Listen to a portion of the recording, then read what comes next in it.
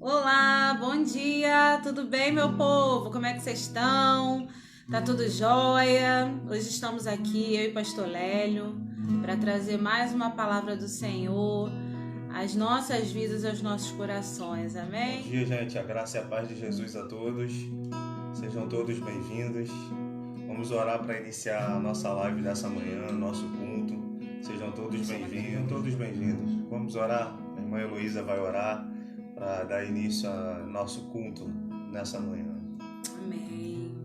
Senhor, nós louvamos o Teu nome porque Tu és um Deus tremendo e que maravilha, Senhor, é acordar nesse dia de domingo, sabe, com alegria, feliz, Pai, nesse tempo ameno. Oh, Senhor, muito obrigado porque nós sabemos que todas as coisas cooperam para o bem daqueles que Te amam e a gente Te agradece por tudo, Senhor. Oh, Deus, toda a criação Te louva e Te adora e nesse momento nós queremos Te louvar e adorar o Senhor também, porque o Senhor é digno de ser adorado, o Senhor é digno, Senhor. Obrigado por mais essa oportunidade de louvar o Teu nome, de levantar a Ti louvores, orações, render a Ti graças, Senhor. Amém, Deus. Obrigada, Jesus, obrigado. Toma o nosso dia em Tuas mãos, toma as nossas vidas, que haja um renovo de espírito, um renovo de ânimo, de alegria, Amém, de Deus. Contentamento, Amém. Senhor. Em nome de Jesus, amém, Jesus. Amém. Vamos adorar ao Senhor nessa manhã. Ui. Vim para adorar-te, vim para prostrar-me, vim para dizer-te: és meu Deus, és totalmente amável, totalmente digno, és maravilhoso para mim.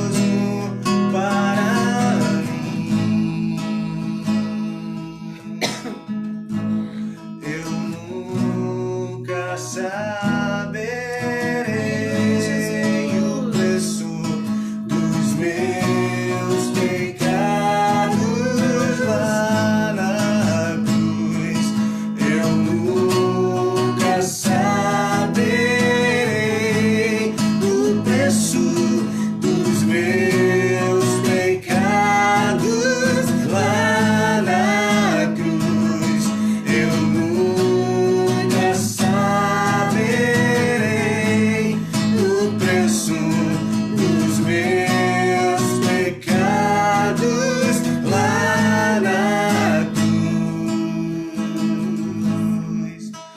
Vim para adorar-te, vim para prostrar-me, vim para dizer-te: és meu Deus, és totalmente amável, totalmente digno, és maravilhoso para mim.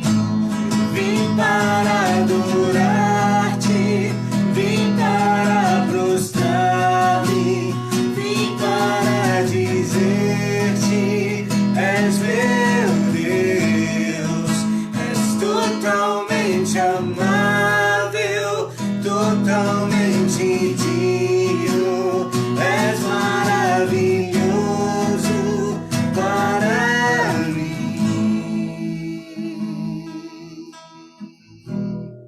Não há outro além de ti, Senhor, não há outro que seja tão amável. Nós viemos adorar o teu nome nessa manhã. Amém. Nós viemos te bendizer, Senhor, porque não há outro Deus como tu. Sim, Senhor, não há outro Deus além de ti, Pai. Um Deus que nos ama, um Deus que se importa com seus filhos, um Pai responsável pelos seus, um Pai que está a cuidar de cada um de nós. Se você tem percebido nesses dias que o Pai tem cuidado da sua vida, tem cuidado de você, adora Jesus nessa manhã, dê a Ele o seu louvor, a sua adoração, a sua gratidão, porque Ele é merecedor. Amém? A próxima canção que vou tentar não atrapalhar a Elô, ela que sabe cantar, eu vou correndo atrás dela. A próxima canção diz que o Senhor é lâmpada para os nossos pés.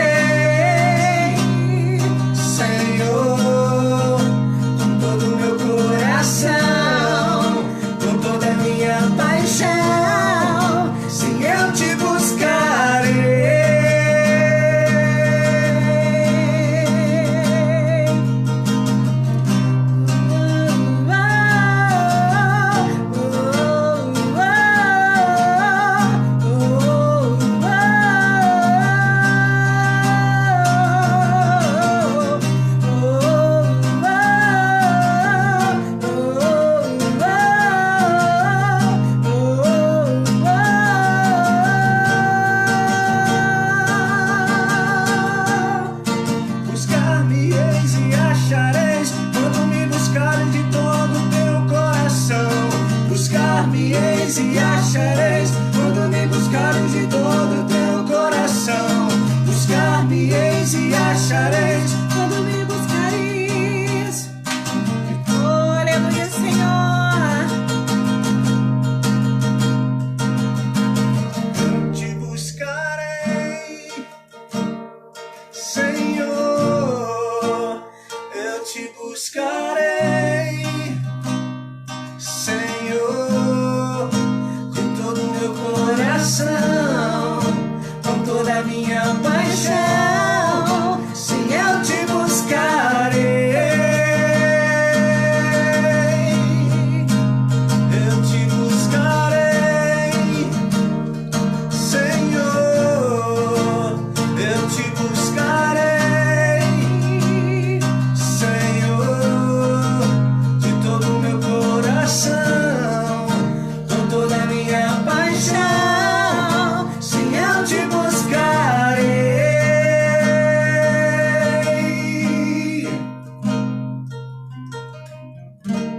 Senhor, nós queremos buscar o Senhor a cada dia, a cada manhã. Que em nenhum dia da nossa vida nós possamos deixar de buscar a Tua presença, de buscar a Tua face. Que todos os dias da nossa vida sejam dias de buscar a Tua face. Aleluia. Que todos os dias da nossa vida sejam dias de encontro contigo. Sejam dias de buscar a Tua presença, Senhor. A palavra diz, Pai, que a geração de Jacó é a geração que busca a face de Deus. O salmista, ele diz sobre a geração que verá a face de Deus.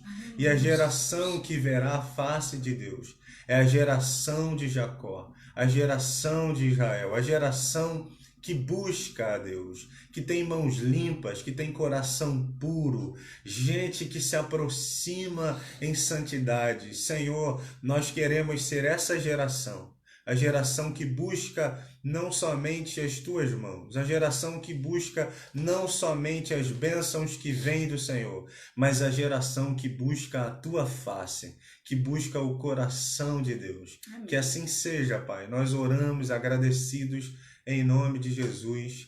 Amém. Amém. Acho que não atrapalhei muito, né, Elo? Na próxima fica melhor, né, gente?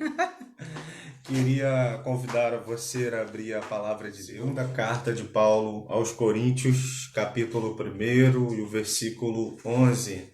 Nós temos caminhado aqui na carta de Paulo aos Coríntios, nessa segunda carta, e tem sido um tempo de aprendizado com esse homem de Deus, esse homem extraordinário. O apóstolo Paulo, ele é um escritor extraordinário. Muitos livros, se não quase todos os livros do Novo Testamento, são de composição do apóstolo Paulo. Claro que inspirado pelo Espírito Santo de Deus, mas esse homem é um homem extraordinário, que ensina muitas lições à igreja do dia a dia.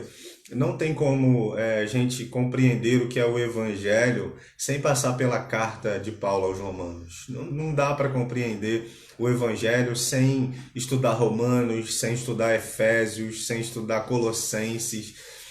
As cartas que nos revelam sobre Jesus, sobre a mensagem do Evangelho, a mensagem central do Evangelho, que é Jesus Cristo.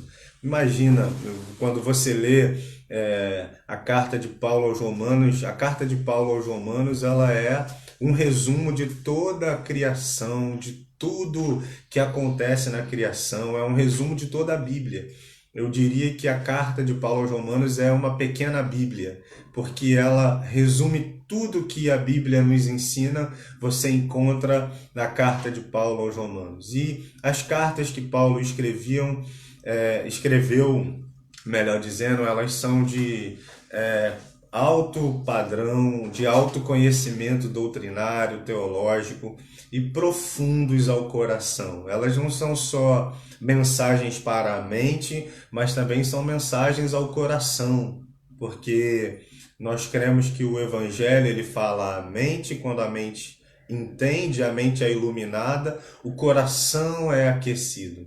Então, nessa manhã, que haja em nós o que houve ali no caminho de Emaús, enquanto Jesus pregava as escrituras para aqueles discípulos, o coração deles aquecia. Claro que vocês não terão a honra de ter Jesus pregando para vocês, mas terão esse que vos fala, e eu espero que enquanto a gente fala aqui nessa nossa reflexão, que os nossos corações possam arder pela palavra de Deus. Diz assim o texto, segunda carta de Paulo aos Coríntios, no versículo 11.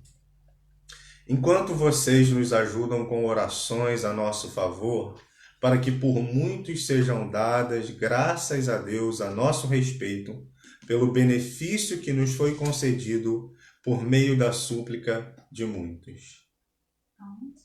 Segunda aos Coríntios, capítulo 1, versículo 11. Vou ler novamente. Enquanto vocês nos ajudam com orações a nosso favor, para que por muitos sejam dados graças a Deus a nosso respeito, pelo benefício que nos foi concedido por meio da súplica de muitos. Senhor, nós oramos mais uma vez, clamando que o Espírito Santo possa iluminar a nossa mente, aquecer o nosso coração, que ele possa misturar as tuas palavras juntamente com as minhas. Muitas coisas que eu falarei aqui são palavras minhas, palavras de autores que eu estudei, de teólogos, mas eu espero que as tuas palavras, Senhor, sejam misturadas às essas que sairão da minha boca e que o teu povo fique somente com aquilo que é a tua palavra, que a tua palavra encontre os nossos corações nessa manhã e faça aquilo que apraz ao Senhor, seja para corrigir, exortar, animar, levantar, consolar, alegrar, constranger, compungir, seja ela aquilo que ela tiver de fazer, que ela faça aquilo que está no coração do Senhor. Essa é a nossa oração, que o Senhor nos dê ouvidos atentos e coração abertos para ouvir a tua voz. Nós oramos em nome de Jesus. Amém. É óbvio, ficou claro na leitura do texto que ele nos fala de oração. Nesse versículo, Paulo está falando à igreja de Corinto sobre oração e mais especificamente a oração intercessória. Eu lembro que uma vez eu li um livro sobre oração e esse livro ele tinha algumas subdivisões sobre oração. Ele falava das várias formas da oração. Por exemplo, existe a oração de gratidão, quando a gente ora para agradecer a Deus.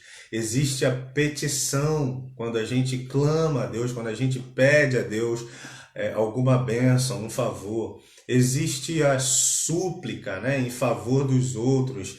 A gente se coloca no lugar do outro e suplica o favor de Deus. É mais sobre isso que nós falaremos, sobre a súplica, sobre a intercessão. Existe a oração intercessória, Existe a oração de confissão, quando a gente abre o coração para confessar a Deus nossos erros, nossos pecados, nossas mazelas. E existe a oração de súplica, a oração em favor dos outros, a oração intercessória. Então, o tema da nossa reflexão é esse, oração intercessória. É sobre isso que iremos falar. Você deve ter observado que Paulo, aqui nos escritos dessa carta, nas últimas mensagens que a gente ministrou sobre essa carta, entre os versículos 3 e o versículo 10, o apóstolo Paulo já falou de dois tipos de comunhão que o crente ou o cristão experimenta. A comunhão com Deus em meio ao sofrimento e a comunhão com Deus pelo consolo que Deus dá ao crente em meio ao sofrimento. Então nós temos uma comunhão com Deus, uma comunhão com Cristo. Nós também sofremos os sofrimentos de Cristo. A igreja é perseguida, essa é a comunhão com o sofrimento de Cristo, a comunhão com o sofrimento por levantar a bandeira do Evangelho, pregar o Evangelho. Há também a comunhão no consolo de que o Espírito Santo de Deus nos dá força e nos fortalece nas nossas lutas diárias, na luta por defender o Evangelho de Jesus. Então nós recebemos de Deus essa comunhão através do consolo de Deus. Mas Paulo vai dizer também que nós também recebemos um terceiro tipo de comunhão com Deus e com os irmãos, que é a comunhão da oração.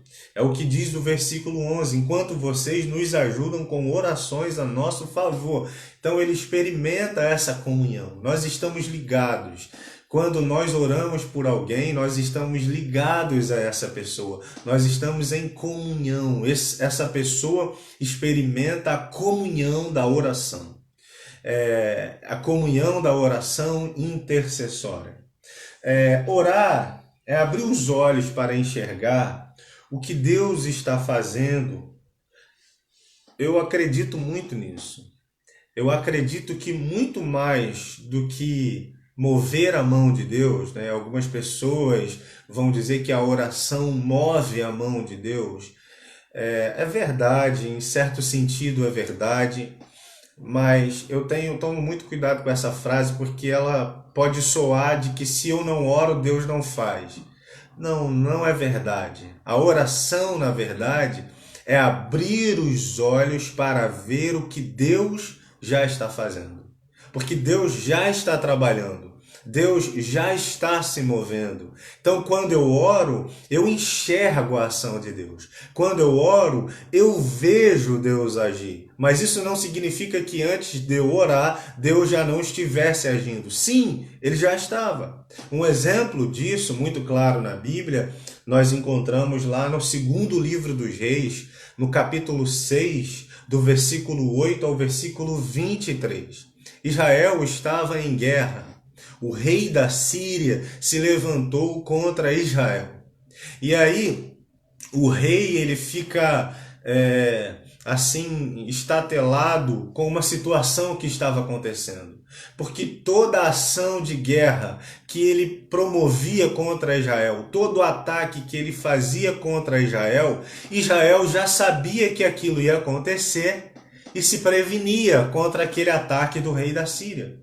O rei da Síria, então, ele chama o exército para conversa, ele chama os líderes do exército dele, o general, os comandantes, os capitães, e ele diz assim: eu quero saber quem é o X9 aqui do nosso exército. Eu quero que vocês vasculhem todo o exército e descubram quem é o soldado que está vendendo informações para o exército de Israel. Porque todas as vezes que a gente tenta contra eles, a gente promove um ataque contra eles, eles já sabem do ataque.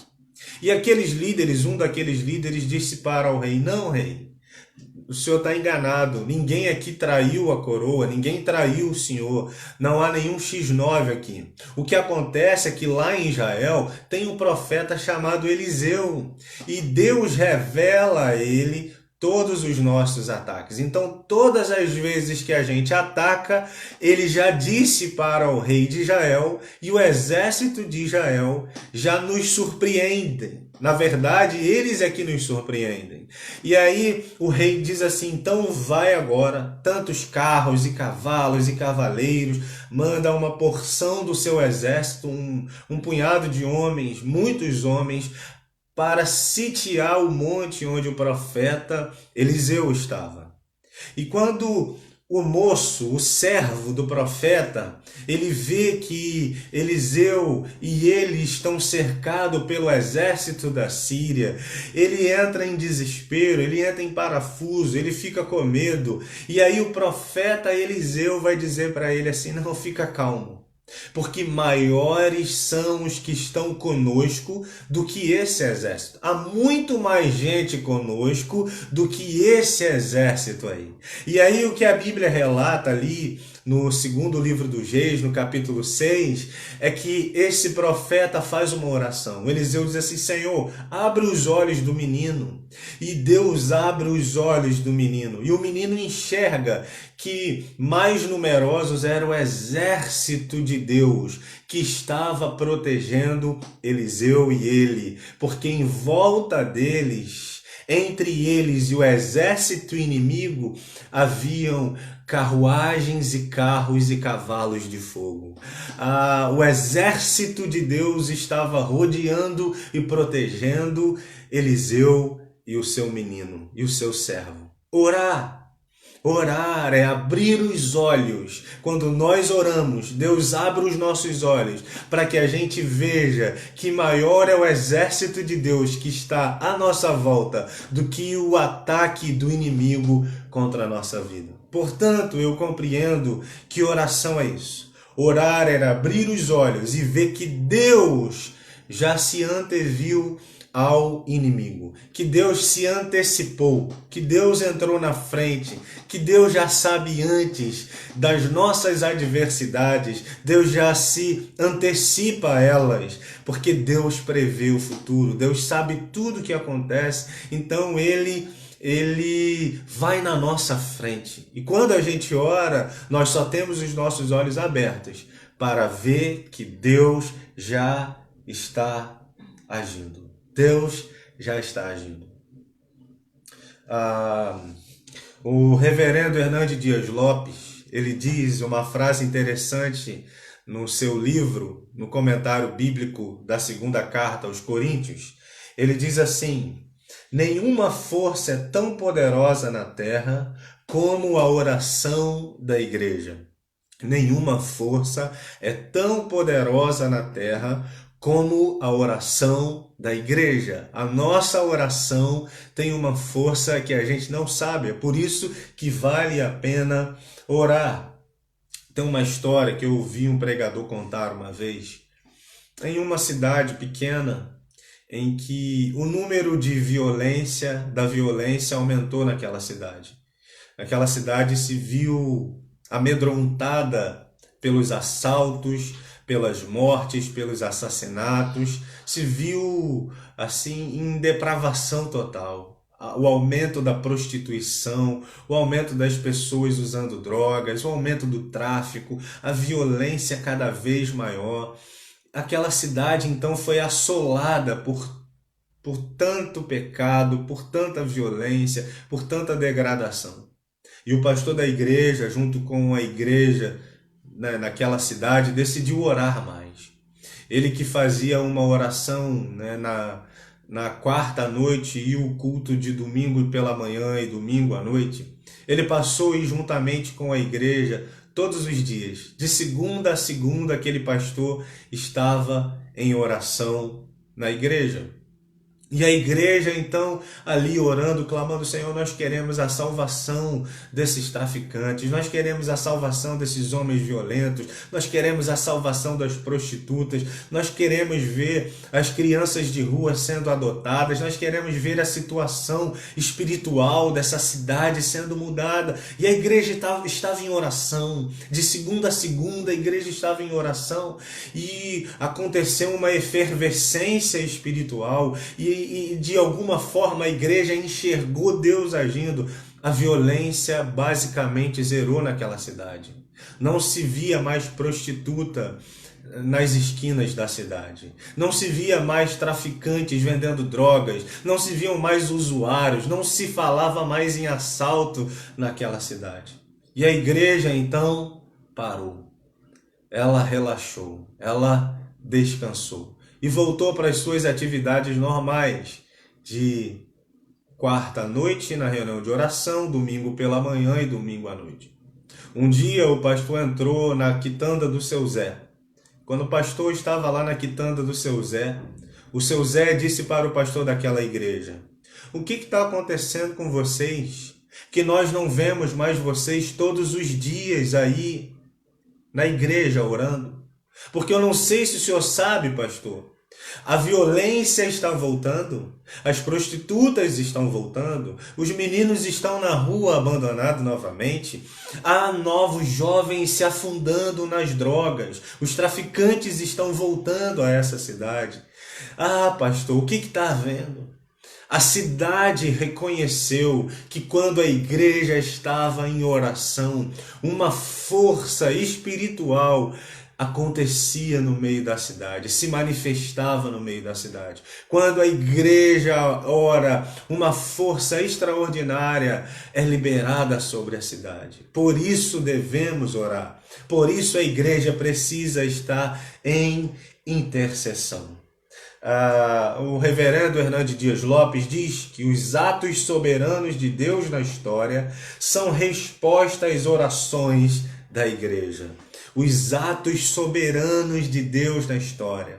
Quando Deus exerce sua soberania, quando Deus intervém na história dos seres humanos, Ele intervém por soberana graça, é verdade, mas também como resposta à oração da sua igreja, porque a soberania de Deus e a oração dos santos andam juntos, andam em comunhão, andam de braços dados. Deus se move, sim, se move, mas a igreja se move junto com Deus em oração. Por isso vale a pena orar, por isso é importante a oração.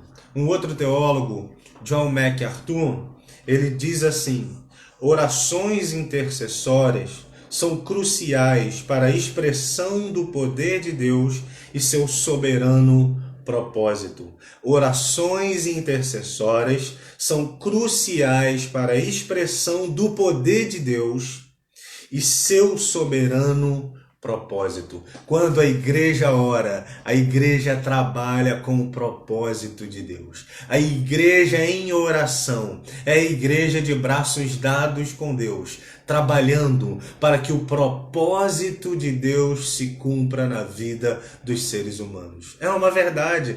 Jesus disse quando a gente orar, que a gente deveria orar como? Pai nosso que estás nos céus, santificado seja o teu nome. Venha a nós o teu reino e seja feita a sua vontade, assim na terra como é feita no céu. Quando a gente ora, a gente concorda que a vontade, que o propósito de Deus é o melhor para a vida dos seres humanos. Então orar é estar de braços dados com Deus, para que o propósito de Deus nessa terra se cumpra. Um outro teólogo congregacional, Moody, ele disse que Paulo tinha fé na oração intercessória. Paulo tinha fé, ele acreditava, Paulo acreditava no poder da intercessão da igreja. Paulo acreditava no poder dos joelhos que se dobram. Paulo acreditava na importância da igreja de joelhos em oração. Paulo acreditava nisso. O reverendo Hernandes Dias Lopes disse também que Paulo estava convencido da eficácia da oração intercessória e pedia orações aos seus irmãos.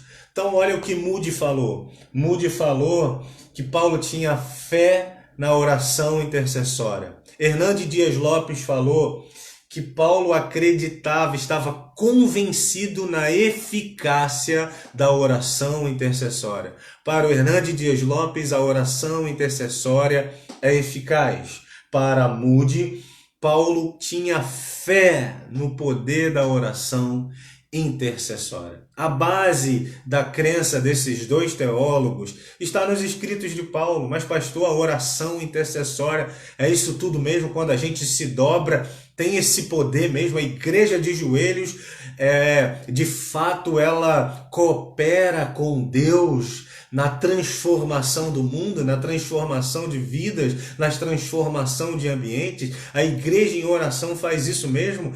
É verdade? Paulo acreditava nisso? Sim, os escritos de Paulo vão provar isso.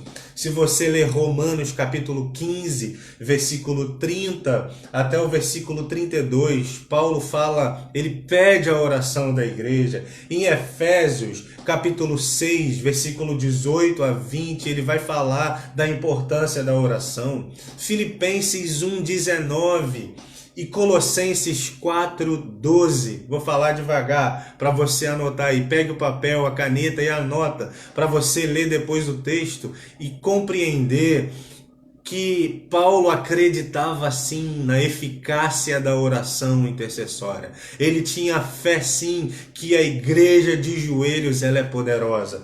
Então vou repetir, Romanos 15, 30 a 32. Efésios 6, do versículo 18 ao 20. Filipenses 1, 19. E Colossenses 4, versículo 12. Então, minha esposa está pedindo para repetir novamente, que ela está anotando.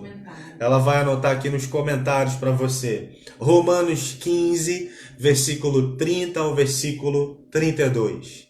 Efésios 6, do versículo 18 ao versículo 20. Filipenses 18 ao versículo 20. Filipenses 1, versículo 19. E Colossenses 4, versículo 12. É a base de que Paulo acreditava na eficácia da oração. Por isso, devemos orar. Mas eu queria, isso é apenas a nossa introdução, a título de introdução, mas eu queria propor 2 pontos aqui para a gente entender, 2 lições que a gente aprende com esse texto de Paulo sobre a oração intercessória. A primeira lição que a gente aprende é que a oração da igreja ajuda os crentes. A oração ajuda os crentes. Um teólogo chamado Frank Carver disse que a oração enfatiza a total dependência do homem e a absoluta soberania de Deus. Então, orar é estar diante de Deus, alegando a Deus a nossa total dependência de Deus. Alguém disse, eu não lembro quem, que todo pregador de joelho, ele é um calvinista. Ele acredita na soberania de Deus. Ele acredita que tudo que ele pede, tudo que ele intercede depende da soberania de Deus, da vontade soberana de Deus. Mas também esse mesmo homem disse que todo pregador, pregando a palavra de Deus, ele é um arminiano, porque ele espera que todos sejam salvos. Então, como disse Frank Carver, a oração enfatiza a total dependência do homem e a absoluta soberania de Deus. Porque a oração modifica as coisas, a oração muda ambientes. Pela oração, nós encorajamos, por exemplo, os missionários a prosseguirem. Os missionários estão aí no campo de batalha, pregando o evangelho. Enquanto nós oramos, nós seguramos as cordas com ele. Nós estamos em comunhão com os missionários quando nós intercedemos por eles. Eu lembro uma vez, para você entender essa questão da importância da oração, de como a oração ajuda os crentes. Eu, quando fui membro da primeira igreja congregacional de Nilópolis, eu fui professor de escola bíblica dominical dos juniores. E é um desafio, né? Ensinar para os juniores ali, alunos de 10, 11 anos. Eu lembro que tinha um aluno que eu falei sobre o coração. Eu falei, porque Deus quer seu coração? Ele falou assim, professor, coração só serve para bombear o sangue. Era cada uma que eu passava com aqueles juniores. Mas eu lembro que numa semana eu pedi àqueles alunos da escola bíblica que fizessem orações pelos pastores que nós conhecíamos. E nós oramos pelo nosso pastor, oramos pelos pastores amigos do nosso pastor, pelos pastores das igrejas em Nilópolis, e eu fui dando um nome de pastor para cada uma daquelas crianças. E eu lembro que uma das alunas, a Natália, ela orou, ficou com a responsabilidade de orar pelo pastor Gerson. Pastor Gerson, que é nosso amigo do pastor Vanderlei. E eu lembro que nós recebemos um testemunho na igreja naquele período. Pastor Gerson, ele era membro da nossa igreja, ele não era pastor lá, mas era membro. Estava como membro na igreja congregacional de Nilópolis. Ele contou um testemunho que ele, naquela semana, teve um livramento de Deus. E que ele estava no seu quintal, o quintal da casa dele é muito grande, era íngreme, era assim. E ele estava mexendo embaixo do seu carro. E que por um segundo ele saiu debaixo do carro. E ele não sabe explicar como, o freio que estava puxado, o freio de mão, mas o carro desceu numa velocidade que se ele tivesse com a cabeça embaixo ali do carro, o carro tinha passado por cima da cabeça do pastor Gerson. E, irmãos, curiosamente, foi exatamente na hora, no instante, em que a Natália, aquela junior de 11 anos, estava orando pela vida do pastor Gerson. A oração ajuda os crentes, traz livramento para os nossos irmãos. A nossa oração atinge os nossos irmãos, guarda eles, sabe? Faz a gente trabalhar com Deus em prol desses irmãos. Eu lembro também de um testemunho que eu ouvi do pastor Levi, que estava na Turquia, e que Levi saía de madrugada para distribuir Bíblia. Há alguns anos atrás era muito complicado fazer isso, porque se a polícia turca pegasse o Levi, ele iria preso e quem sabe até seria morto. Mas ele conta que sua mulher ficava de joelhos dobrados. Enquanto ela ficava de joelhos dobrados, ele saía de madrugada com um carro cheio de Bíblias para distribuir a palavra de Deus. E Levi era tão abusado que ele botava a Bíblia até dentro do carro da polícia. Mas ele conta que uma vez a polícia parou ele no meio da madrugada e foi olhar o carro cheio de Bíblias. E a polícia não enxergou nenhuma Bíblia, não enxergou nada e deixou Levi seguir o seu caminho. Por quê? Porque a sua esposa estava de joelhos dobrados orando por ele. Quando nós oramos, nós ajudamos os nossos irmãos.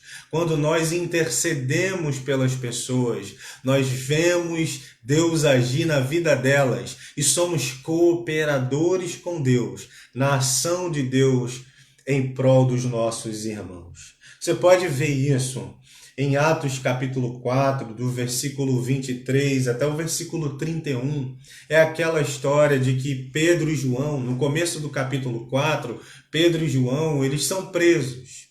Mas depois não há motivo para eles ficarem presos e as autoridades judaicas então liberam Pedro e João e eles vão para a casa dos irmãos, para o culto no lar. Ele vai para a casa ali de um dos irmãos e conta para aqueles irmãos o que eles haviam passado na prisão e que aqueles homens disseram para eles não pregarem mais o nome de Jesus, mas eles então decidiram que era mais importante ouvir a Deus do que ouvir aqueles irmãos do que ouvir os inimigos e as ameaças daqueles inimigos.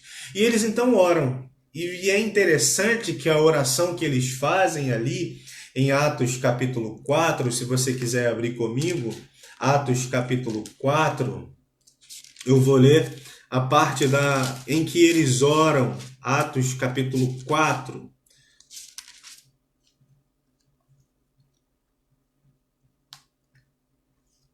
Versículo 24. Ouvindo isto, unânimes levantaram a voz a Deus e disseram: Tu, soberano Senhor, fizeste o céu, a terra, o mar e tudo o que neles há. Disseste por meio do Espírito Santo, por boca de Davi, nosso pai, teu servo. Porque se enfurecem os gentios e os povos imaginam coisas vãs. Os reis da terra se levantaram e as autoridades se juntaram contra o Senhor e contra o seu ungido. Porque de fato nesta cidade, Herodes e Pôncio Pilatos, com gentios e gente de Israel, se juntaram contra o seu santo servo Jesus, a quem ungiste, para fazerem tudo o que a tua mão e o teu propósito predeterminaram. Agora, Senhor, diz o versículo 29, é interessante. Agora, Senhor, olha para as ameaças deles e concede aos teus servos que anunciem a tua palavra com toda ousadia, enquanto estendes a mão para fazer curas, sinais e prodígios por meio do nome do teu santo servo Jesus. Perceba que a igreja ora pelos apóstolos e ora pelos missionários. Está orando aqui por Pedro e João e por todos os outros pregadores da palavra de Deus. E eles dizem, conceda que eles tenham ousadia, que eles não deixem de pregar, que eles continuem pregando diante do levante de Pôncio Pilatos, Herodes e os religiosos judaicos, que eles não parem de anunciar o evangelho. Senhor, dê ousadia a eles. Quando nós oramos pelos nossos missionários, eles são cheios da autoridade de Deus, eles são cheios da unção de Deus, eles são revestidos do poder de Deus. É como se a gente estivesse daqui dando impulso neles, a mão de Deus que impulsiona esses homens a continuarem a pregar o evangelho é impulsionada também juntamente com as nossas orações. A oração ajuda os santos, ajuda os crentes, ajuda os filhos de Deus. Porque pela oração nós encorajamos uns aos outros a prosseguir. Esses homens foram encorajados pela oração. Agora note que Paulo disse em Filipenses 1, versículo 19. Foi um dos textos que eu pedi você para anotar, mas eu queria que a gente lesse ele agora. Filipenses, capítulo 1, versículo 19.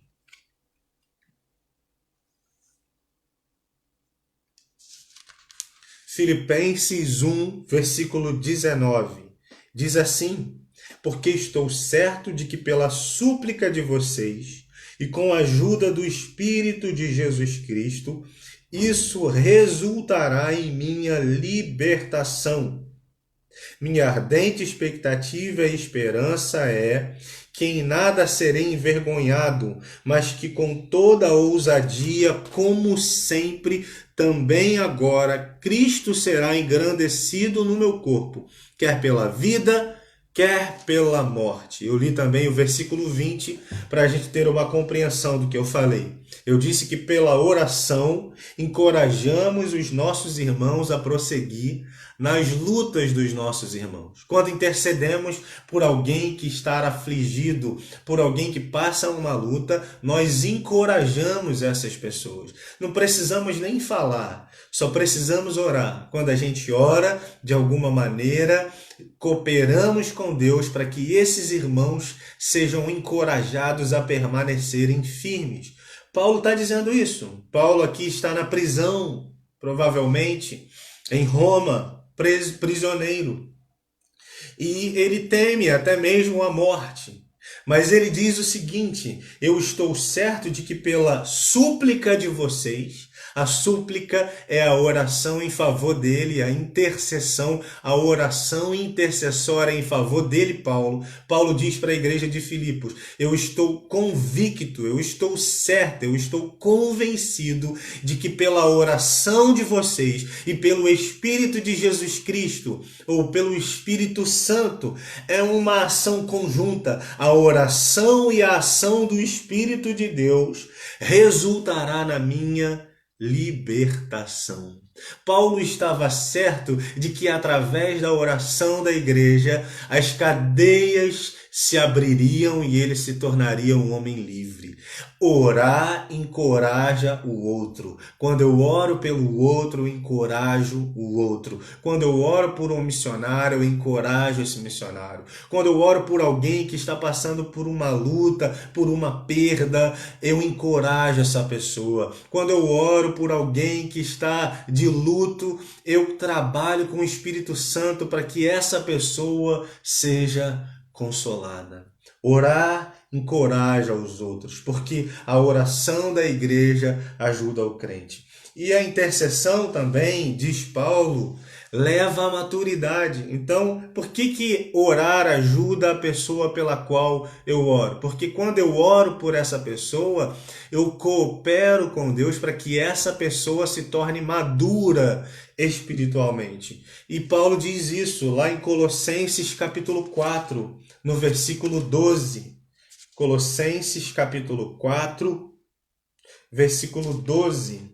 Paulo vai dizer sobre um homem chamado Epáfras. E Paulo diz assim, Colossenses 4:12: Epáfras, que é da igreja de vocês, manda saudações.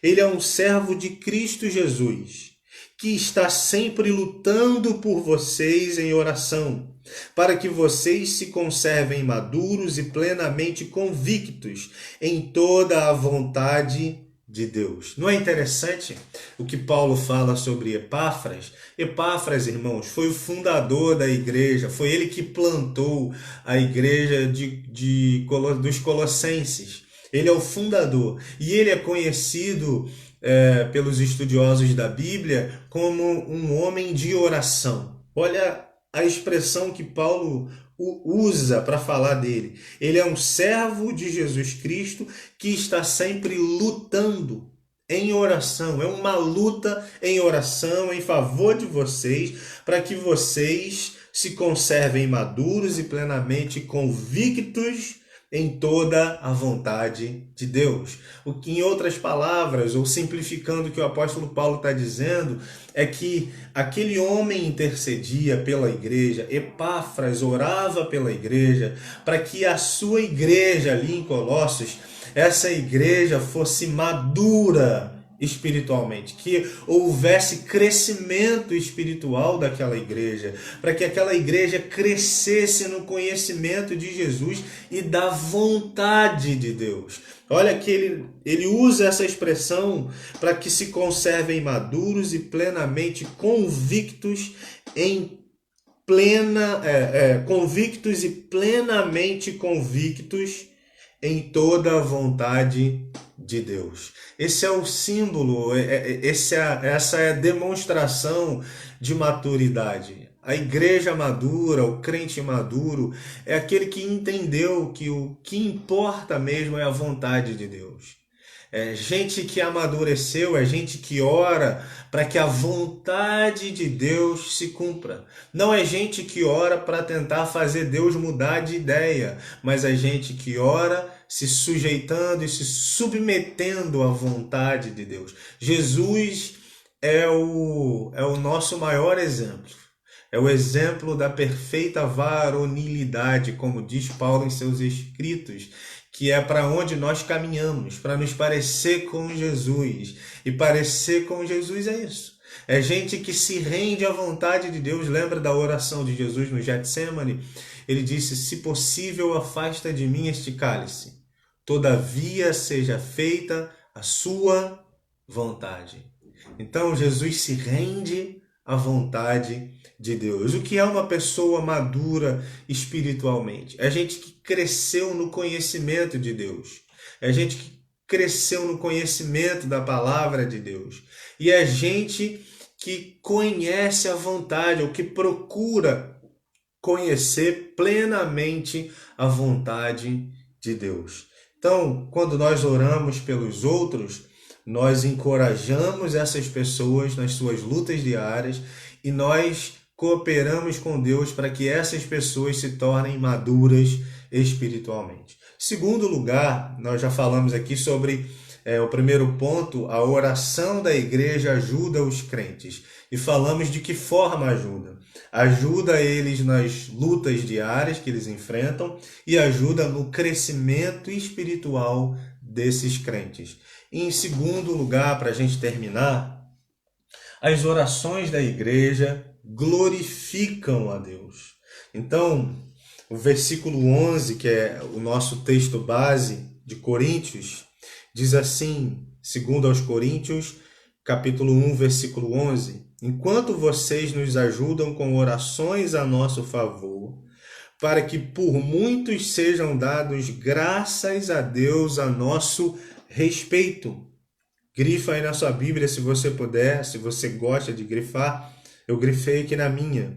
Para que por muitos sejam dados graças a Deus a nosso respeito, pelo benefício que nos foi concedido por meio da súplica de muitos. Então Paulo diz que a súplica da igreja em favor deles redundaria em glorificação do nome de Deus. Ele diz isso para que por muitos sejam dadas graças a Deus. As orações da igreja de Corinto deveria levar os outros crentes a darem graças a Deus.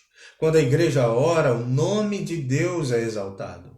Quando os joelhos se dobram na terra, o nome de Deus é elevado no céu, é exaltado no céu.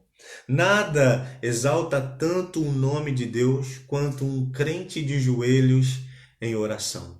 Quando nos dobramos diante de Deus em oração, reconhecendo que o que precisamos vem das mãos do Senhor, depende da vontade dele em nosso favor, depende de uma ação dele, uma graça, uma bênção dele. Quando nós nos prostramos diante dele, o nome dele é exaltado.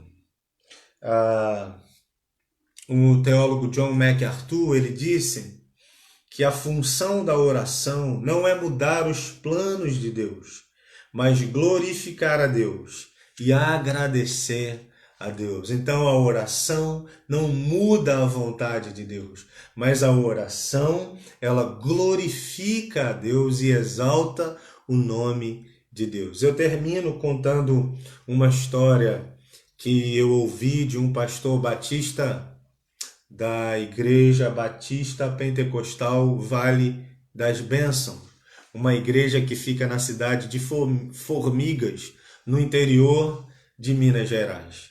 Esse pastor, um dia, ele disse para a sua igreja assim: irmãos, eu vou passar, não me lembro se foi uma semana ou um mês, mas ele disse: eu vou passar um período aqui na igreja, trancado aqui dentro da igreja, em oração. Eu não vou para casa, eu vou morar aqui na igreja por tantos dias e ficarei em oração. Estou trazendo o meu colchão para a igreja, vou ficar por aqui em oração. Quem quiser se juntar a mim em oração é bem-vindo.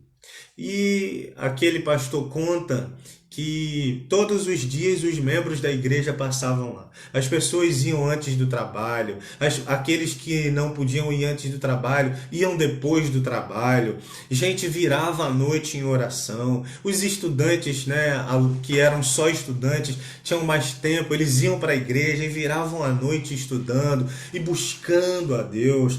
E ele foi dizendo que Deus foi reavivando a igreja, distribuiu dons à igreja, até as crianças estavam recebendo dons extraordinários da parte de Deus, talentos da parte de Deus, e a igreja aberta ali em oração, e a cidade de Formigas foi sendo tocada pela ação de Deus conjunta com a oração da igreja. E as pessoas, quando saíam de madrugada para levar os seus enfermos para o médico, alguém passava mal na sua casa, eles socorriam e iam para o médico, mas alguma coisa os fazia, ao invés de ir para o hospital, ir para a igreja. E até as crianças oravam por aqueles enfermos, e aqueles enfermos eram curados. Houve um avivamento, uma efervescência espiritual na cidade de Formigas, de tal modo que as pessoas, os vizinhos da igreja, comunidades em volta daquela igreja batista, reconheciam que Deus estava se movendo e glorificaram a Deus por aquilo que Deus estava fazendo, pelas curas extraordinárias, pelos dons que estava dando à igreja, pela compaixão na qual a igreja estava tendo com os enfermos, com os perdidos. A salvação começou naquela cidade, a igreja cresceu extraordinariamente. Um milagre chamado avivamento aconteceu naquele lugar. Enquanto a igreja orava, o nome de Deus foi glorificado. Irmãos, isso aconteceu aqui pertinho da gente. Aconteceu aqui em Minas Gerais, em Formigas, alguns anos atrás. Agora imagina o que Deus pode fazer através das nossas orações. Imagina como o nome de Deus pode ser glorificado através da sua oração, da minha oração, através da nossa comunhão, orando uns pelos outros, orando pelo avanço do Evangelho. Eu termino e concluo levando você a uma reflexão nessa manhã. Já reparou como a oração da igreja primitiva era diferente das nossas? Já reparou como a oração daquele povo era tão diferente das nossas orações? Nossas orações da igreja do século XXI me parece que é mais uma oração em prol de si mesmo. É uma oração em si mesmada. Eu oro por mim, pelos meus problemas, eu oro apenas pelas minhas próprias necessidades. E até se confunde oração com pedir, porque na cabeça de muito crente orar é pedir. Orar é pedir em favor de si mesmo. Então eu vou orar, eu vou pedir. Tem muito crente que não sabe fazer oração de gratidão, porque ele acha que orar é pedir. Tem muito crente que não conhece a oração da confissão. Não confessa seus pecados, porque ele acha que orar é apenas pedir. Mas se você reparar a oração da igreja primitiva e a oração da igreja reformada, lá dos períodos de Lutero e João Calvino e dos grandes avivalistas, depois séculos à frente, os avivalistas do século XVIII, a oração da igreja primitiva, a oração da igreja da reforma, a oração dos avivalistas do século XVIII, era uma oração para que a vontade de Deus se concretizasse nessa terra. Era uma oração pelo avanço do Evangelho. Era uma oração para que as vidas fossem salvas. Era uma oração para que cada pregação fosse uma palavra, uma chama no coração do perdido. Fosse para que a igreja alargasse suas tendas, fincasse suas estacas, para que os perdidos viessem a Jesus. Eu convoco você, igreja Viva Esperança, nossa congregação, e sei que essa é a convocação também do pastor Vanderlei, acho que posso falar em nome dele. Eu convoco também nossa igreja congregacional de Vila Norma, e você que me dá a honra de me assistir nessa manhã, eu convoco você a orar pelo avanço do Evangelho. Que nós sejamos pessoas que vão orar para que vidas sejam salvas. Que a gente volte a orar, que a gente volte a jejuar pela conversão das pessoas. Eu lembro aqui, acho que foi no ano passado, nós fizemos aqui na congregação 14 dias de jejum e oração. E eu pedi aos irmãos aqui da congregação, os irmãos que estão me assistindo lembram disso, que anotasse 3 nomes de pessoas para que nós jejuássemos e orássemos por 14 dias pela salvação daquelas pessoas. E no 14º dia, que foi num domingo, nós fechamos com um culto evangelístico e tivemos a resposta de Deus, de 3 pessoas que voltaram para os caminhos do Senhor. Agora imagina se nós jejuarmos mais, se nós orarmos mais pelo avanço do Evangelho. As pessoas estão aí aflitas, elas estão perdidas, elas estão desesperadas. E a minha missão e a sua missão é orar para que o Evangelho avance na nossa nação. Essa é a minha conclusão. Eu concluo te convocando a orar pelo avanço do Evangelho. Vamos orar por isso? Una a sua oração à minha nesse momento. Vamos orar. Senhor, nós somos gratos por essa manhã. Gratos por tudo que o Senhor tem feito em nossa vida. Gratos pela oportunidade de andar contigo, de ser teu amigo, de ser chamado filho de Deus, servo de Deus, igreja do Senhor. Nessa manhã nós oramos pelo avanço do Evangelho na nossa nação. Oramos para que Jesus seja glorificado no Brasil. Oramos para que, enquanto cada pastor, pastora, missionário, missionária, evangelista, cada crente que prega o Evangelho, cada cristão, cada líder cristão que anuncia o Evangelho, que quando o fizermos, o façamos debaixo da autoridade, da unção do Espírito Santo, do poder do Espírito, no conhecimento da palavra de Deus, e que corações que nos ouçam sejam quebrantados, que vidas se voltem ao Evangelho, que pessoas sem esperanças encontrem esperança no Evangelho, que famílias devastadas pensando em divórcio, famílias degeneradas sejam restauradas pela pregação do Evangelho, pelo poder do Evangelho, que nossas igrejas experimentem um avivamento genuíno, que sejamos, Senhor, revestidos de poder, de dunamis, não para a gente pular na igreja, revestido de poder não para a gente ficar alegrinho no culto, mas revestido de poder para, na autoridade do Espírito Santo e com esse poder, evangelizar, falar aos perdidos e os perdidos serem alcançados. Senhor, encha-nos, Senhor. Restaura os nossos altares, Senhor. Eu faço uma oração agora para que os altares sejam restaurados. Os altares, os púlpitos das igrejas não sejam lugares de idolatria, não sejam lugares de egolatria, não sejam os lugares de vã filosofia, não sejam lugares de fábulas, não sejam lugares de palavras mentirosas, palavras do homem, mas que os nossos altares, os nossos púlpitos sejam lugares de santidade, lugares de pregação do Evangelho, porque é pelo ouvir e ouvir a palavra de Deus que a fé brota no coração do perdido. Levanta pastores e igrejas que sejam sérias nessa nação, gente santa, gente comprometida com o Evangelho, com o avanço do Evangelho, Senhor. Agora eu oro pela congregação Viva Esperança aqui em Campo Grande. Eu oro por cada crente aqui, cada congregado, cada membro. Cura a nossa esterilidade espiritual. Queremos gerar filhos espirituais. Meu Pai, eu oro para que cada um se torne um multiplicador. Que cada discípulo de Jesus aqui em Campo Grande, em Viva Esperança, se torne um discipulador também. Se torne um multiplicador de discípulos.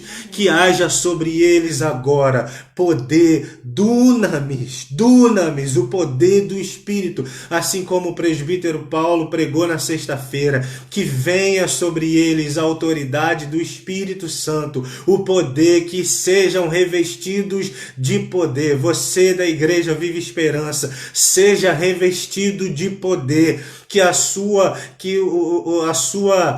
esterilidade espiritual seja curada agora em nome de Jesus, para que você gere filhos e filhas espirituais, que através do seu testemunho no dia a dia, da sua vida simples, pessoas sejam alcançadas para Jesus. Também oro pela nossa igreja em Vila Norma, nossa querida igreja. Senhor, que cada membro seja revestido da autoridade, do poder do Espírito, seja agora, Senhor, impactado, uma unção sobre a vida deles. Renova, Senhor, ó Pai, a tua unção, que cada crente em Vila Norma, Senhor, seja revestido da autoridade, do poder, da dunamis que vem com o Espírito Santo, que eles se tornem testemunhas eficazes do Evangelho de Jesus. Sobre a minha vida, sobre a vida do pastor Vanderlei, sobre os nossos presbíteros, Edson, presbítero Renan, presbítero Paulo, presbítero Wagner,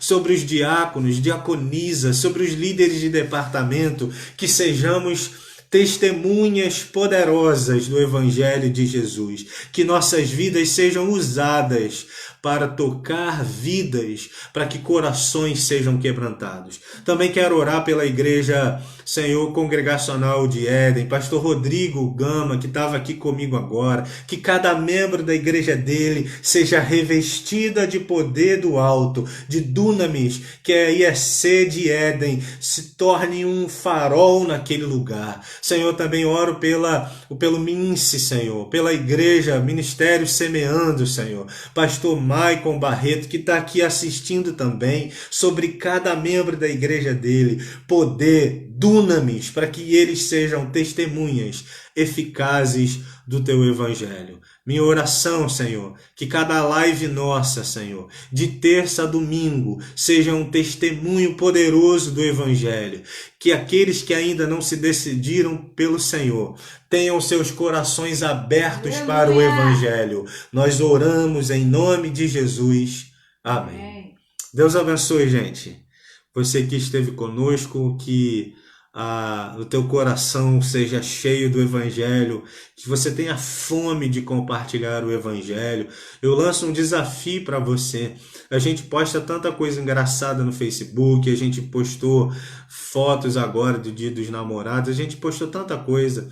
Poste um versículo bíblico durante essa semana, um versículo evangelístico que fale da palavra de Deus, convocando as pessoas a se voltarem a Jesus. Você que me vê agora, faça isso durante essa semana, semeie a palavra de Deus, aproveite a internet. Você não está podendo ver muitas pessoas pregar, né? Pessoalmente para elas, mas faça do seu Instagram, do seu Facebook, do seu WhatsApp uma semeadura da palavra de Deus. Que Deus abençoe você. Logo mais à noite, às 19 horas, no Facebook do pastor Vanderlei de Castro Silva. Entra lá, é o nosso culto dessa noite. Um beijo no coração, um beijo meu, de Elô e de Sarinha, que hoje não está com a gente. Tá bom? Um bom domingo abençoado a todos. Paz.